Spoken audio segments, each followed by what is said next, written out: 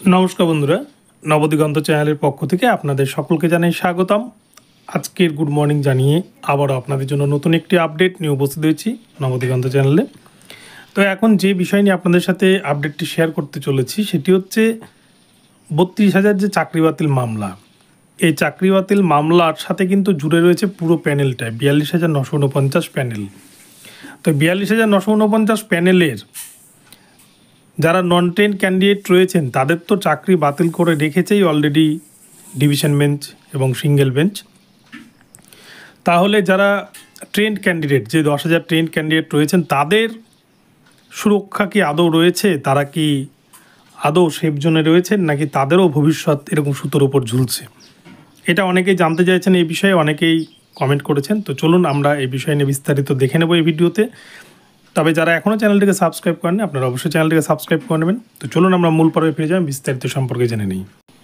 তো বন্ধুরা প্রথমেই বলি ৩২,০০০ চাকরি বাতিল মামলা বর্তমানে যে পর্যায়ে রয়েছে সেখানে কিন্তু এখনও সময় রয়েছে। যদি এখানে যে দুর্নীতি হয়েছে এটা তো অস্বীকার করার কোনো জায়গা নেই, এটা সবাই জানে দুর্নীতি হয়েছে। এবার এই জায়গায় দাঁড়িয়ে কেউ কেউ যদি বিষয়টাকে চ্যালেঞ্জ করেন এসএসসির মতো দাঁড়িয়ে, এসএসসির কিন্তু অবস্থা কী হয়েছে বর্তমানে সবাই দেখতে পাচ্ছেন, যে পরীক্ষায় পাশ করে কিন্তু আবার নিজেকে যোগ্যতা প্রমাণ দিতে হবে। তাই সবাই কিন্তু কী হারে পড়াশোনা করছে সেটা আপনারা সকলেই বুঝতে পারছেন, সকলেই জানেন। একবার কোনো চাকরি পেয়ে সেটা হারিয়ে যাওয়ার দুঃখটা কিন্তু সবথেকে বেশি।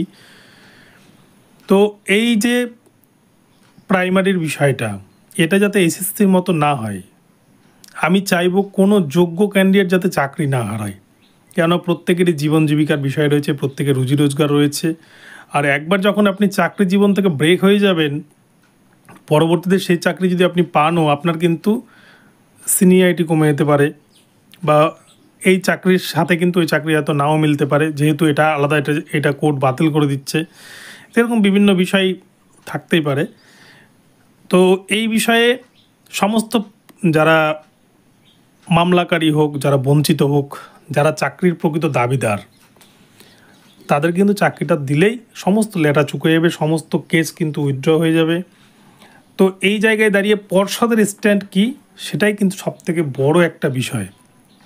পর্ষদ যদি ভাবে যে হ্যাঁ আমরা ঠিক আছে, যারা আমরা ভুল করেছি, কোর্টে যদি ক্ষমা চেয়ে নেয় যে আমাদের ভুলটা আমরা শুধরে নেব, বঞ্চিতদের চাকরি দিতে দেবো, তাহলে কিন্তু পুরো প্যানেলটা সেফ, ৪২,৯৪৯ কোনো হাত পড়বে না।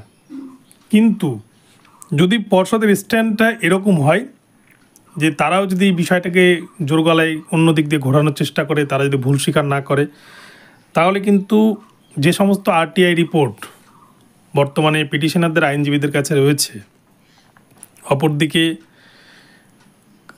আরটিআই রিপোর্টের ভিত্তিতে যেমন ৬টা ডিস্ট্রিক্টে যে অতিরিক্ত নিয়োগ হয়েছিল তার মধ্যে কিন্তু অনেকেই ট্রেন্ড ক্যান্ডিডেট রয়েছে, তাহলে ট্রেন্ড ক্যান্ডিডেটরা কিন্তু পুরোপুরি সেফ নয় বলা যেতে পারে। এই গেল একটা কারণ। দ্বিতীয় কারণ, এস বাসুরাই কোম্পানি প্যানেল তৈরি করেছে, যে S Basuroy company reservation rule সম্পর্কে জানতোই না। তাহলে এস বাসুরাই কোম্পানি যখন প্যানেল তৈরি করেছে, ঠিক আপনারা যদি এসএসসির কথাটা একবার ভাবেন, যে নাইসা কোম্পানি, যে নাইসা সংস্থা সমস্ত কিছুর মূল্যায়ন থেকে আরম্ভ করে সমস্ত কিছু করেছিল, সেই নাইসা কিন্তু যে পঙ্কজ বানসালের বাড়ি থেকে যেগুলো উদ্ধার করা হয়েছে তার ভিত্তিতে, তো যাই হোক সমস্ত কিছুর ভিত্তিতেই কিন্তু পুরো প্যানেলটাই বাতিল হয়ে গেছে। তো এস বাসুরাই কোম্পানি আমাদের রাজ্যে পরপর ৩টি পরীক্ষার এরকমভাবে কিন্তু কন্ডাক্ট করেছেন, যেগুলো ২০১২, ২০১৪, ১৬,৫০০ রিক্রুটমেন্ট, ৪২,৯৪৯। তো সেক্ষেত্রে কী হতে পারে সেটা আপনারা সবাই বুঝতে পারছেন। তো আমার মনে হয় এই জায়গাগুলো মিটিয়ে নিলে পর্ষদ কিন্তু একদিকে যেমন বঞ্চিতদের চাকরি দিতে পারবে, অপরদিকে ইন সার্ভিস যারা রয়েছেন যোগ্য অযোগ্য প্রত্যেকের চাকরি কিন্তু বাঁচিয়ে নিতে পারবেন।